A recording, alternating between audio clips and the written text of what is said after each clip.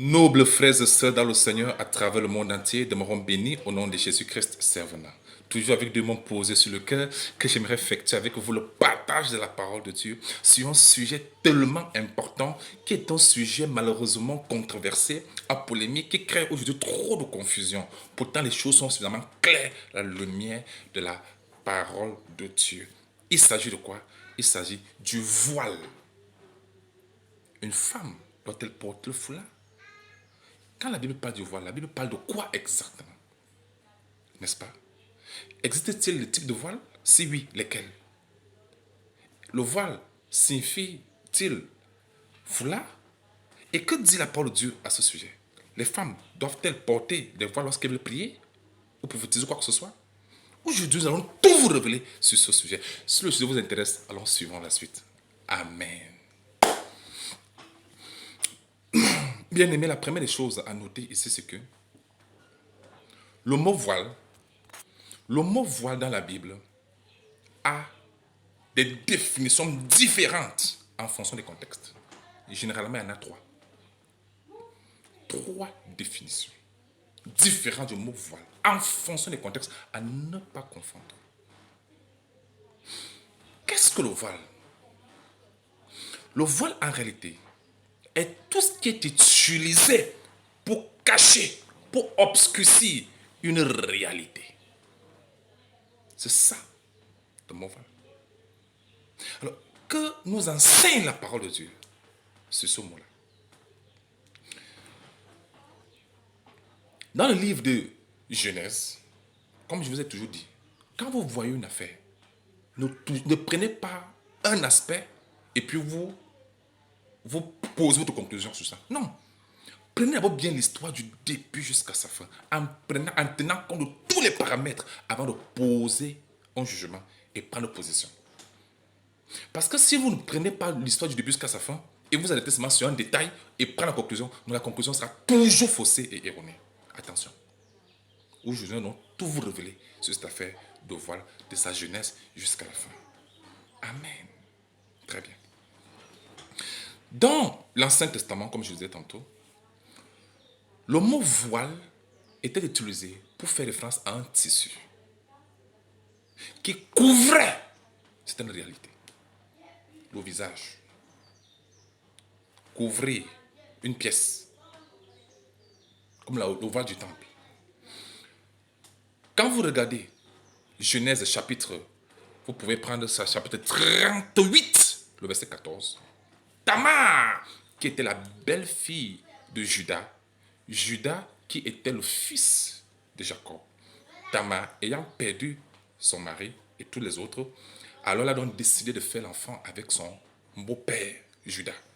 Et elle s'est couvert ainsi le visage du voile pour tromper son beau-père, afin de faire l'enfant avec son père, son beau-père. Elle s'est fait passer pour une prostituée en se couvrant. Vous voyez que ça, c'est un bout de tissu. Moïse, en son temps, quand il entrait à plan de Dieu, il ôtait le voile qui est au bout du tissu. C'est le premier type de voile. Et lorsqu'il sortait de la plan de Dieu, alors il se couvrait le visage. Pourquoi? Parce qu'il couvrait une réalité. C'est-à-dire quoi? La gloire de Dieu qui était son visage. Donc il a couvert cette gloire-là avec le tissu. Et tout cela était significatif. Et attention, ce voile bout de tissu n'a jamais, je dis bien jamais, été un commandement à donner aux filles qui étaient dans le Seigneur. Alors, je vais dire aux femmes israélites qu'elles doivent porter, qu'elles veulent prier, ou bien que les hommes ne doivent pas porter ce foulard. Il n'y avait absolument rien, il n'y avait aucun commandement par rapport au fait de porter le voile, tissu là. Que si vous ne portez pas, Dieu ne va pas vous écouter. Si les femmes ne portent pas, Dieu ne va pas les écouter. Non, non, non, non, non, il n'y avait rien de tel. La preuve en est que, pendant que Moïse, lui, il enlevait le voile pour entrer en présence de Dieu, et quand il ressortait, il mettait le voile. Élie, dans 1 roi 19, le verset 13, lui mettait plutôt le manteau. Il se couvrait plutôt le visage du manteau quand il entrait en présence de Dieu. Donc il faisait le contraire de ce que Moïse faisait. Pendant que Moïse enlevait le voile, lui mettait plutôt le manteau sur son visage pour entrer en présence de Dieu. Pourquoi? Parce qu'il n'y avait pas de loi sur ce sens-là. Donc, en ce qui concerne le voile tissu, il n'y a pas de commandement là-dessus. Vous savez, les gens, quand ils s'inventent une opinion, quand ils créent quelque chose, et comme ils veulent à tout que les gens obéissent à ce qu'ils veulent, ils vont faire passer cela pour un commandement de Dieu. Ne mettez pas le commandement là où Dieu n'a pas mis le commandement. C'est ça le problème. C'est une ruse. C'est pas pur orgueil. Quelqu'un peut se permettre d'inventer son opinion et dire que c'est le commandement, c'est ce que Dieu a imposé. Pourquoi? Parce qu'il veut en réalité imposer les gens à suivre son opinion, à obéir, alors que ce n'est pas ce que Dieu a dit. Ne pas mettre les commandements là où Dieu n'a pas mis de commandements. Amen. Il y a beaucoup de commandements que les gens obéissent aujourd'hui, qui ne sont que les pures inventions des hommes, ou bien une façon de tordre, qui sont que les résultats le fait d'avoir tordu les Saintes Écritures pour faire passer une idéologie, une tradition, une façon de faire, alors que ce n'est pas ce que Dieu avait dit réellement. Amen. Oh, c'est pour la liberté que nous avons franchi. Maintenant, ayant compris dans le concept du voile tissu, qui était utilisé pour couvrir le voile, pour couvrir la gloire de Dieu, bien se couvrir le visage, qui n'était pas un commandement, et ainsi de suite. Ça, c'est le voile tissu de l'Ancien Testament. Est-ce que c'est bon? Très bien. Maintenant, nous touchons donc le deuxième type de voile, qui n'a rien à voir avec le voile tissu. Rien à voir. Prenons cela. Ou dans 2 Corinthiens chapitre 3, n'est-ce pas? Nous prenons la lecture du verset, écoutez bien, du verset 12, 2 Corinthiens 3 du verset 12. Ayant donc cette espérance, nous usons d'une grande liberté. Et nous ne faisons pas comme Moïse, qui mettait un voile sur son visage. Il ne mettait pas. Comme lui mettait, nous ne mettons pas. Un enfant de Dieu, c'est celui qui est mort d'abord. Il est maintenant ressuscité en tant qu'une nouvelle créature en Jésus-Christ. Il est arrêté à l'image de Christ. Et il fonctionne comme Christ. Non pas comme les gens dans l'ancienne alliance. Ça, c'est clair. Parce que Christ est devenu notre modèle pour la nouvelle création. Et nous ne faisons pas comme Moïse, qui mettait un voile sur son visage. Pour que les fils d'Israël ne fixassent pas les regards sur la fin de ce qui était passager. Le verset 14. Mais ils sont devenus durs d'entendement. Verset 14.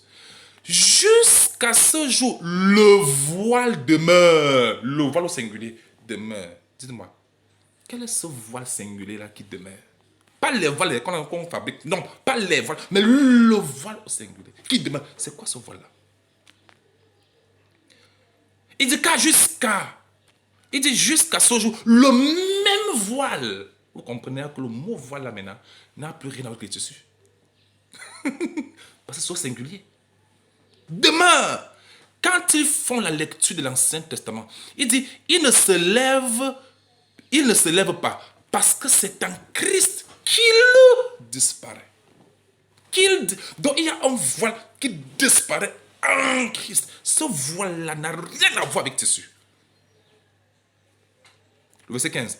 Jusqu'à ce jour, quand on lit Moïse, un voile est jeté sur leur cœur.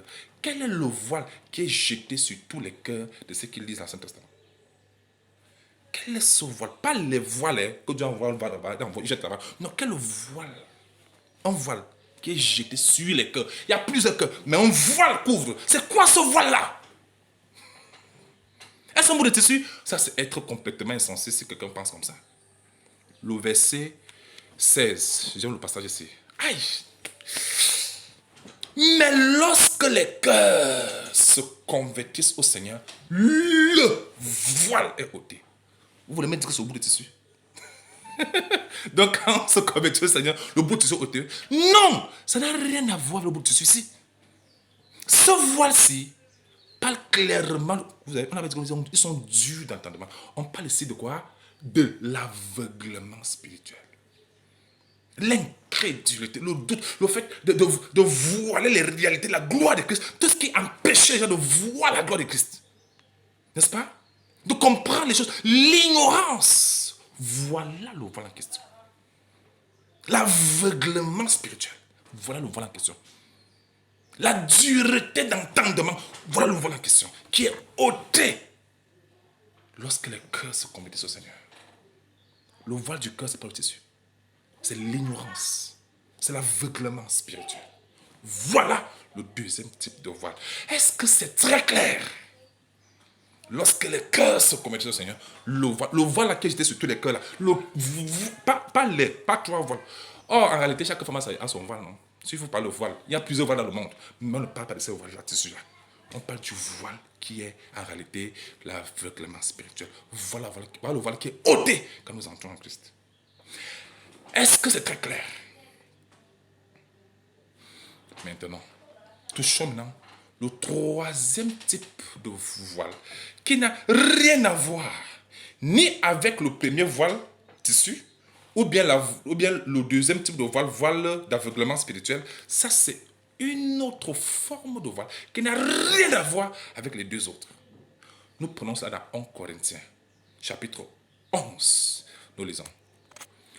Pour mettre dans le contexte, c'est Paul qui va parler à tous ceux qui sont de nouveau en Jésus-Christ dans l'église de Corinthe.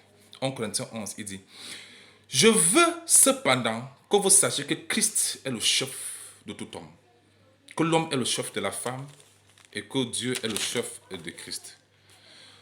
Tout homme qui prie ou qui prophétise, la tête couverte déshonore son chef. La tête couverte, pas les cheveux. Pas les cheveux couverts, mais la tête. Parce qu'on parle de tête, ça veut dire que même les yeux sont... Tout ça, c'est ce qu'on appelle la tête. La tête, ce n'est pas les cheveux. La tête, c'est tout ça. Il dit, tout homme qui prie ou qui prophétise la tête couverte déshonore son chef. Toute femme, au contraire, qui prie ou qui prophétise la tête non voilée. Voilà le mot voile qui vient encore être introduit là. Déshonore son chef. C'est comme s'il était rasé. Remarquez les deux points là. Les gens ne remarquent même pas sur les deux points-ci. Déshonore son chef. 2 points. Vous savez pourquoi on a mis 2 points là? Nous continuons, le verset 6. Car si une femme n'est pas voilée, voilà le mot voile qui revient. Si une femme n'est pas voilée, n'est-ce pas, qu'elle se coupe aussi les cheveux. Pourquoi le lien entre les deux? Or, s'il est honteux pour une femme d'avoir les cheveux coupés et d'être rasée, qu'elle se voile. Le voile, c'est quoi? C'est très important de le savoir. L'homme ne doit pas se couvrir la tête parce qu'il est l'image et la gloire de Dieu, tandis que la femme est la gloire de l'homme. Mais bien aimé, si les gens pensent, vous voyez comment les gens sont, quand ils lisent comme ça, là, ah, les femmes, vous devez porter foulard. C'est pas, je sais pas comment appeler ça. C'est pas audace que les gens se permettent de voir le mot voile sans lire du début jusqu'à la fin, ni lire dans le contexte. Et ils attribuent toujours directement cela au foulard, parlant du voile tissu. Rien à voir. Si le mot, il faut que Paul même te donne la définition du mot voile, pour que vous compreniez que ça n'a rien à voir avec l'affaire de tissu. Rien à voir.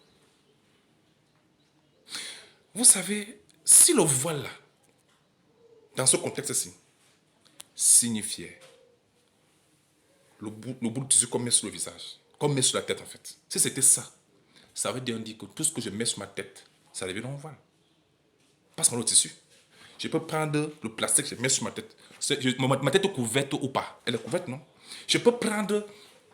je peux prendre même les feuilles de bananier. Les feuilles même de... Je couvre ma tête. Ma tête est couverte ou pas? C'est toujours un voile ou pas? Je peux toujours pas le casque de moto là. Je mets ça sur... Ma tête est voilée ou pas? La tête, la femme est voilée ou pas?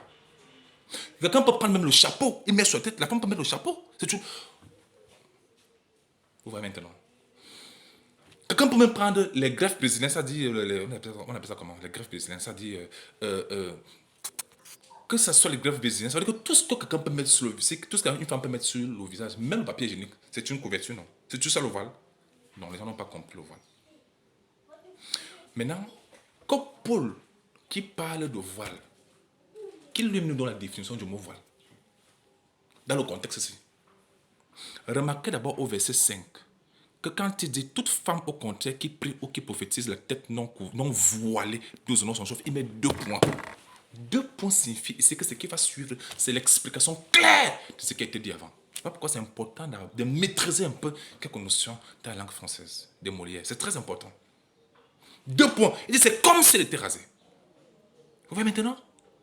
Maintenant, Paul, toi qui parles du mot voile là, qu'est-ce que ça signifie? Tu parles de voile, tu parles de quoi exactement? Voilà pourquoi mes bien-aimés, je vous ai dit au départ, ne prenez pas une affaire, ne prenez pas au début, ne prenez pas la fois au milieu, et puis vous posez votre conclusion. Non, regardez bien du début jusqu'à la fin. Regardez un peu la fin de ce verset, de ce chapitre. Vous verrez que Paul a bien défini le voile dans son contexte-ci, à ne pas confondre avec le voile de l'incrédulité ou bien le voile tissu. Ça, c'est un autre type de voile, les hommes.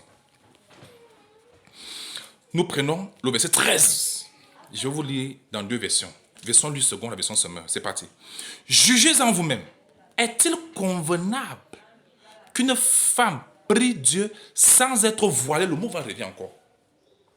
La nature elle-même ne vous enseigne-t-elle pas que c'est une honte pour l'homme de porter de longs cheveux? On a dit que l'homme, quand il prophétise ou bien quand il prie, n'est-ce pas? Il ne devrait pas avoir le voile, il ne doit pas porter le voile. On dit ici là que, en fait, c'est une honte pour l'homme de porter de longs cheveux. Quel est le lien entre le voile et la chevelure ici? Les longs cheveux, vous voyez maintenant? Et il dit au verset 15 que, mais que c'est une gloire pour la femme d'emporter parce que la chevelure lui a été donnée pour servir de voile. Là, c'est même une interrogation. La version semaine a bien mis ça. Permettez-moi de vous lire cette version-là. 1 Corinthiens chapitre 11. N'est-ce pas?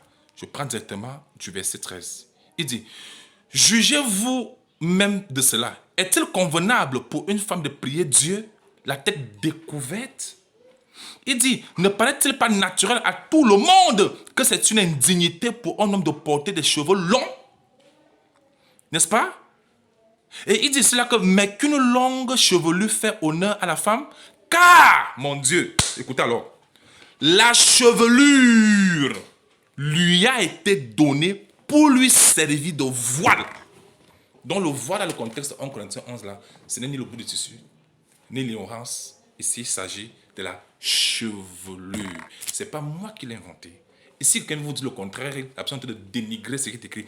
Paul, qui a utilisé le terme, a donné la définition contextuelle de ce mot voile dans 1 Corinthiens 11. Il a dit que c'est la chevelure. Le voile naturel, c'est la chevelure. Vous comprenez? Dans 1 Corinthiens 11, la chevelure, voilà le voile qui est donné aux femmes. Ça s'appelle le voile naturel. La chevelure. Ce que je ne comprends pas, c'est que pourquoi Paul évoquait la chevelure? Pourquoi? Il faut déjà savoir une chose, c'est que quand on dit que tout homme ou toute femme qui prie et qui prophétise, les gens ne comprennent pas le mot prière là. La prière là, c'est la communion avec Dieu. N'est-ce pas? Et la prophétie, Apocalypse 19, verset 10, dit que c'est le témoignage de Jésus. Donc, quand on parle de prière et prophétiser, on parle d'être en communion avec Dieu tout en témoignant Jésus-Christ. C'est de voilà l'expression. Il dit la femme, donc quand on parle de la femme voilée, on parle de la femme qui a le voile naturel. Ça dit quoi? La chevelure. Et l'homme ne devrait pas avoir les longs cheveux. Voilà le voile que l'homme ne doit pas porter. C'est de ça qu'il est question. Bon, la question c'est que, est-ce que la chevelure fait un obstacle entre Dieu et toi? Non. Non. Ce n'est pas un voile, ce n'est pas la chevelure, n'est-ce pas, qui peut faire un obstacle entre Dieu et toi. Parce que Dieu vit en toi. Dieu vit en nous. Et nous sommes en lui. Ce n'est pas ça qui viendra mettre une séparation entre Dieu et nous. Parce que Christ a suffisamment payé le prix fort pour que nous soyons en communion avec Dieu. Pas grâce à nos cheveux, pas grâce à un tissu, mais grâce au sacrifice de Christ à la croix. Et rien ne pourra nous séparer de notre Dieu. Quand notre vie est cachée avec Christ en Dieu, ce n'est pas grâce aux cheveux que nous portons, c'est grâce au sacrifice de Christ à la croix. Est-ce que c'est très clair? Le sacrifice suprême. Amen. Si Dieu est notre Père, et nous sommes ses enfants, si toi tu es père, tu as les enfants, depuis quand la chevelure est devenue un obstacle, ou bien un bout de tissu devient un obstacle entre toi et ton enfant? Tu as vu ça où? Ça n'existe pas. Vous voyez, quand les gens n'ont pas compris, c'est toujours comme ça qu'ils arrivent à des conclusions. Maintenant, la question c'est de savoir pourquoi est-ce que Paul parlait des chevelures? Que les hommes ne doivent pas porter longs chevelures, ou bien longs cheveux, mais la femme, c'est une gloire pour la femme de porter longs cheveux. Pourquoi la chevelure? Pourquoi il parlait de ça? Les gens ne savent pas pourquoi. Pour comprendre cela, il faut savoir que c'est parce qu'il voulait éviter ce qu'on appelle aujourd'hui les transgenres, l'homosexualité. Ah oui. Vous savez, depuis Moïse, les enfants d'Israël, Dieu avait donné des instructions claires aux enfants d'Israël de ne pas imiter les abominations des nations qui devaient chasser devant eux, parce que la plupart étaient des homosexuels. L'homosexualité n'a pas commencé aujourd'hui. Même au temps de Sodome et Gomorrhe, au temps d'Abraham, Sodome et Gomorrhe, il n'y avait-il pas des homosexuels là-bas? Il y en avait déjà. Ah oui. Donc, et maintenant, donc, cette affaire-là, bien que tu avais détruit Sodome et Gomorrhe, les pratiques ont continué. Où les gens se présentaient comme des femmes et les femmes se présentaient comme des hommes. Cette apparence-là, il fallait qu'on change. Et ça, c'est le monde. Et dans Deutéronome chapitre 22, verset 5, Dieu parlait déjà aux enfants d'Israël qu'un homme ne portera pas les vêtements de femme, la femme ne portera pas d'habillement d'homme. Car quiconque fait ces choses est en abomination à l'Éternel. Deutéronome 22, verset 5. Donc Dieu était en train d'arranger que celui qui est homme doit rester homme avec sa dignité d'homme en termes d'apparence et même de cœur. Et la femme doit rester femme, même dans sa dignité physique, doit rester femme. Pour bien faire la différence entre homme et femme, sexe masculin, sexe féminin. Et cette confusion-là voulait entrer dans l'assemblée du Seigneur en Corinthe, où les hommes faisaient des choses comme des efféminés. Quel est le verset qui le confirme? En Corinthiens 6. Voici le verset qui confirme que l'église de Corinthe avait un problème. C'est qu'il y avait beaucoup d'efféminés là-bas. Des gens qui venaient au Seigneur et qui étaient efféminés autrefois, mais étant donné Dieu, ces choses voulaient revenir. Il a dit non. Il a commencé à mettre chacun à sa place. Je sors le verset qui le prouve. Donc Paul, en réalité, voulait qu'il mettait de l'ordre pour que les hommes n'aient pas une apparence féminine et que les femmes n'aient pas l'apparence masculine, mais que ce qui est homme reste homme en dignité d'homme et que la femme reste en sa dignité de femme. C'était dans ce sens-là pour éviter les transgenres, pour éviter l'homosexualité, la transsexualité, la confusion, le monde de la maison de Dieu. Non! Il voulait éviter tout ça.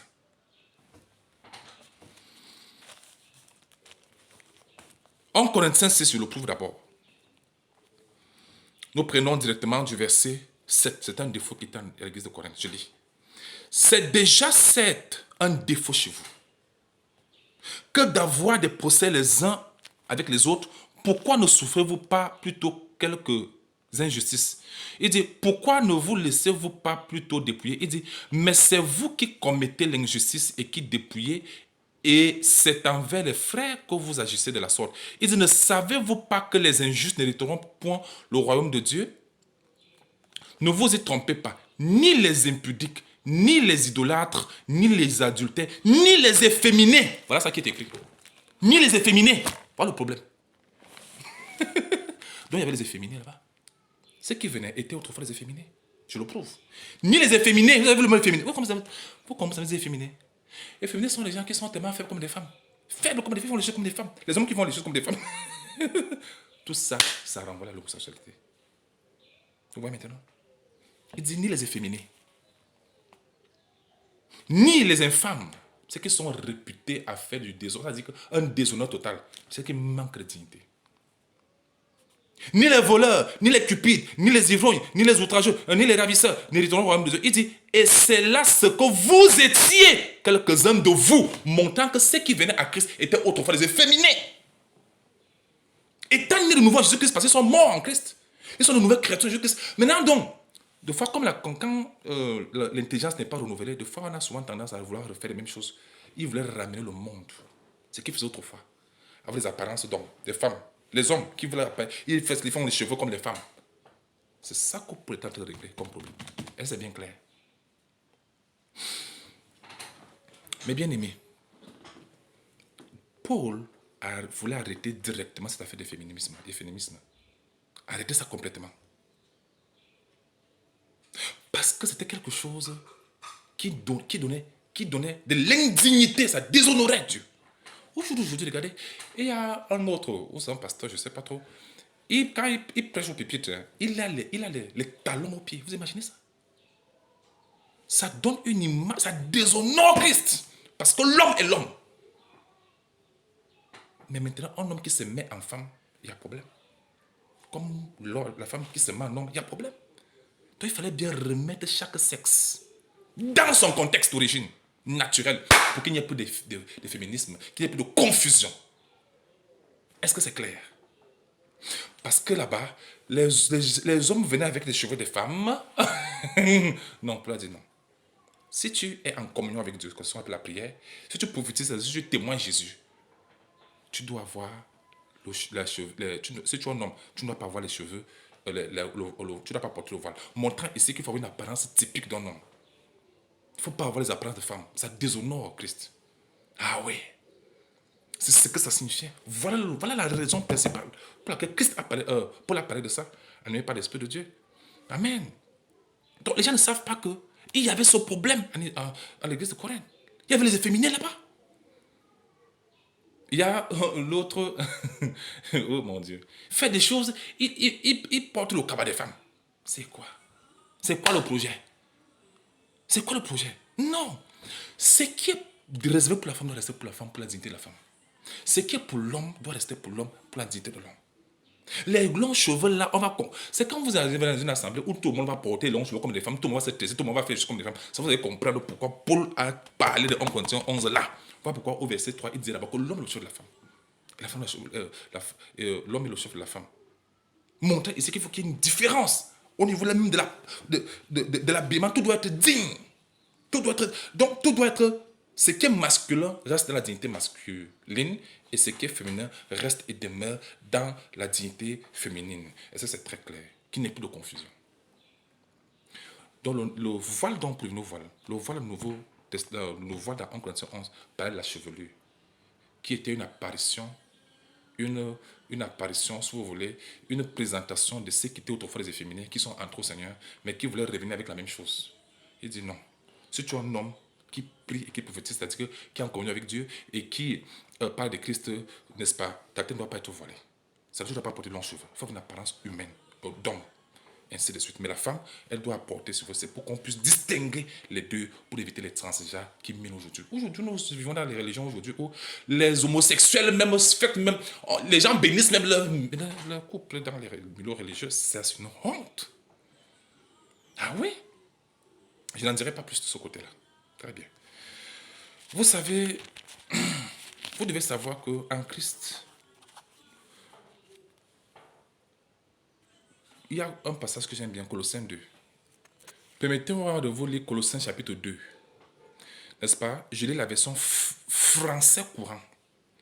Je vais lire du verset, dans ce chapitre, j'ai dit Colossiens 2, du verset 20 jusqu'au verset 23. Regardez bien. Colossiens 2, 20 à 23. Je dis la version française courant. Regardez. Vous êtes morts avec le Christ. Et vous avez été délivrés des forces spirituelles du monde. Alors, pourquoi vivez-vous comme si vous dépendiez de ce monde? En acceptant qu'on vous impose les règles de ce genre. 2 points. Quelles sont les règles? Ne prends pas ceci. Vous avez vu? Ne prends pas ceci. Ne goûte pas cela. N'y touche pas. Vous avez vu? Ne touche pas. Ne goûte pas. Les règles. Il dit, elles concernent des choses destinées à disparaître dès qu'on en a fait usage. Il dit, il s'agit là des prescriptions et d'enseignements purement humains. Certes, ces règles ont une apparence de sagesse car elles parlent de religion personnelle. C'est-à-dire, comme Toi, tu ne touches pas la viande, tu vas dire l'autre ne touche pas la viande. Comme toi, tu ne bois pas, tu vas dire l'autre ne touche même pas l'alcool. C'est comme ça, on prend les commandements personnels pour en faire des commandements généraux. Ça, c'est pas bien. Ça, c'est être très mesquin. Je relis encore verset 23. 7. Ces règles ont une apparence de sagesse car elles parlent de religion personnelle, d'humilité et d'obligation de traiter durement son corps. Mais elles n'ont aucune valeur pour maîtriser les désirs de notre propre nature. Vous avez vu maintenant? Mais bien aimé, un enfant de Dieu, quand quelqu'un vient à Christ, il meurt d'abord. Même s'il était un homosexuel, même si c'était qui, il meurt en Jésus-Christ. Maintenant, il ressuscite avec une nouvelle créature en Jésus-Christ. Maintenant, il faut la rééducation de son... Il faut passer pour l'éducation, n'est-ce pas? Le renouvellement de l'intelligence pour lui permettre de vivre de manière digne, de se présenter comme un homme digne. Toi qui étais homme, qui est homme et qui était autrefois féminin, non. Quand tu entres en Christ, tu reprends ta dignité d'homme. Tu commences à voir l'apparence d'homme. Et les cheveux qui étaient cheveux de femme, là, il faut couper ça. Tu te rases normal. Tu dois avoir une apparence normale d'un homme. Toi qui es la femme, toi qui étais là autrefois devenu faire les choses comme un homme, et ainsi de suite, les apparences d'homme, les caractères d'homme, non. Quand tu entres en Christ, tu meurs d'abord en Jésus-Christ et tu deviens une nouvelle créature en Jésus-Christ, n'est-ce pas? Et tu prends ta dignité de femme, n'est-ce pas? Ayant tout, c'est comme ça. Vous savez pas qu'il y a des femmes aujourd'hui qui n'aiment pas. J'ai rencontré des gens comme ça. Elle est femme, mais elle n'aime pas le fait d'être femme. Vous pensez que c'est toutes les femmes qui aiment être femme? Il y a des femmes qui disent que non, ils regrettent toujours. J'ai voulu naître un homme. Il y a des gens comme ça. Elle n'aime pas être femme. Voilà pourquoi elle fait tout pour paraître homme. Faire les choses comme un homme. S'habiller comme un homme. Toujours faire les choses comme un homme. Avec le cœur d'un homme. Ce sont les gens qui ne disent jamais dans les mariages. C'est toujours comme ça. Quand on entre en Christ, tout ça doit être changé. Amen. Les hommes qui ne prennent pas la responsabilité d'homme, la dignité d'homme, mais qui veulent être comme des femmes. Non, pas comme un homme. C'est toi comme un homme. Il faut avoir un look d'un homme, un cœur d'homme, une éducation d'un homme. Comment? C'est ça. Donc, les efféminés existaient à l'église de Corinthe. Ceux qui sont devenus enfants de Dieu, mais qui ne l'étaient plus. Mais, de fois, ces choses voulaient soit revenir pour être obligé de mettre fin à cet aspect pour que chacun ait une apparence selon son sexe. Pour respecter la dignité de Dieu. Et c'est ce que Dieu a fait pour nous en Jésus. Amen. Bien-aimés, c'est ce point-ci que nous devons comprendre que à tous ceux qui sont esclaves des règles des hommes sur la terre, sans discernement. C'est comme ça que beaucoup obéissent aux hommes pensant obéir à Dieu.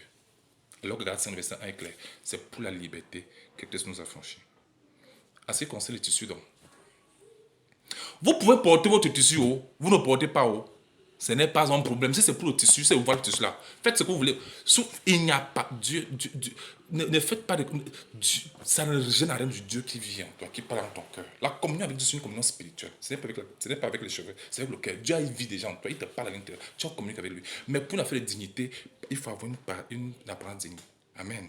Donc, avec les bouts de tissu et tout ça, quand vous avez foi, vous pouvez. Mettez-vous, il n'y a pas de problème. Mais habillez-vous seulement dignement, c'est tout. Soyez seulement digne dans votre apparence, c'est tout. Amen. Très bien. Alors, toutes vos questions et préoccupations sont les bienvenues. Demeurons bénis. Amen.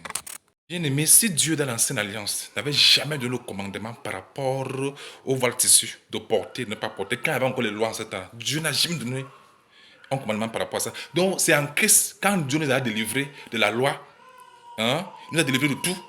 Et puis maintenant, c'est en Christ. Ceux qui sont en Christ, nés de Dieu en Christ, c'est à eux que Dieu va prescrire qu'il faut à tout prix porter le foulard, ou bien vous ne voyez pas que ça n'a aucun sens.